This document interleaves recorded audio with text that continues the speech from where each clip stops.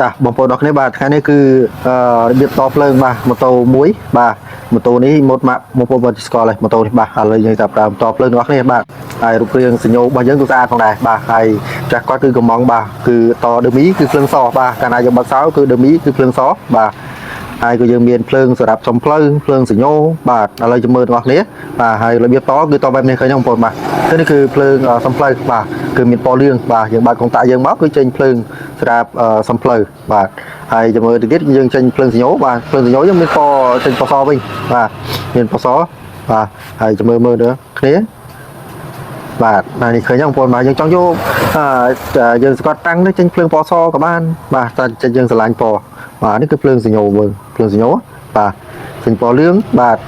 និយាយថាស្រាប់ចិត្តយើងនៅចង់បានពណ៌គឺមានច្រើនពណ៌បាទឃើញបាទគឺមានពណ៌សផងពណ៌លឿងផងសញ្ញោគឺស្អាតមែនតើបាទហើយសម្រាប់ភ្លើងបាទសម្រាប់ភ្លើងសញ្ញោយើងក៏អាចសេរីកង់ដងសញ្ញោបានដែរយើងចង់ឲ្យលោតលឿនជាងហ្នឹងញាប់ជាងហ្នឹងក៏បានចង់ឲ្យវង្វើក៏បានស្រេចចិត្តយើងបាទហើយស្រោមកែបនេះគឺយើងដូរបាទគឺបាទស្រោមកែបនេះគឺយើងដូរបាទគឺដាក់ពណ៌បែបនេះបាទគឺយើងបងប្អូនបាទគឺយើងដូរតែស្រោមកែបទេហើយពងកែបយើងទុកនៅដដែលបាទហើយរបៀបកឹបនោះគឺស្អាតមែនតើបាទឃើញទេបងប្អូនបាទ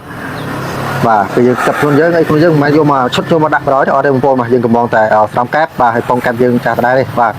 ហើយក៏ម្ចាស់គាត់ថាការគាត់តាមមុនគឺគាត់បានកឹបម្ដងដែរប៉ុន្តែអត់ស្អាតដូចជាងឯងគិតមែនទេនិយាយអ៊ុតខ្លួនឯងទេបងប្អូនបាទឥឡូវមើលពណ៌សស្អាតបាទហើយក៏រៀងភ្លុំផងដែរ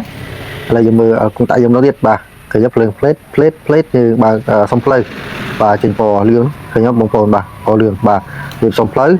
ហើយនេះគឺភ្លើងយើងសញ្ញោបាទសញ្ញោបាទឃើញបងប្អូនបាទសញ្ញោគឺពណ៌លឿងបាទគឺពណ៌លឿងហើយក៏ភ្លើងសនោះគឺភ្លើងដឺមីហើយយើងបើកកុងតាក់មកគឺចេញដឺមីហើយកែបគឺស្អាតមែនតើឃើញបងប្អូនបាទគ្រូរៀងគឺស្អាតមែនតើពេលយើងអង្គុយគឺមានអារម្មណ៍ថាស្រួលបាទគឺស្រួលមែនតើអត់រយជាងកេះរយទេបាទហើយពណ៌សញ្ញោនោះក៏ស្អាតបាទស័ក្តិសមនឹងរូបរាងមែនតើបាទហើយ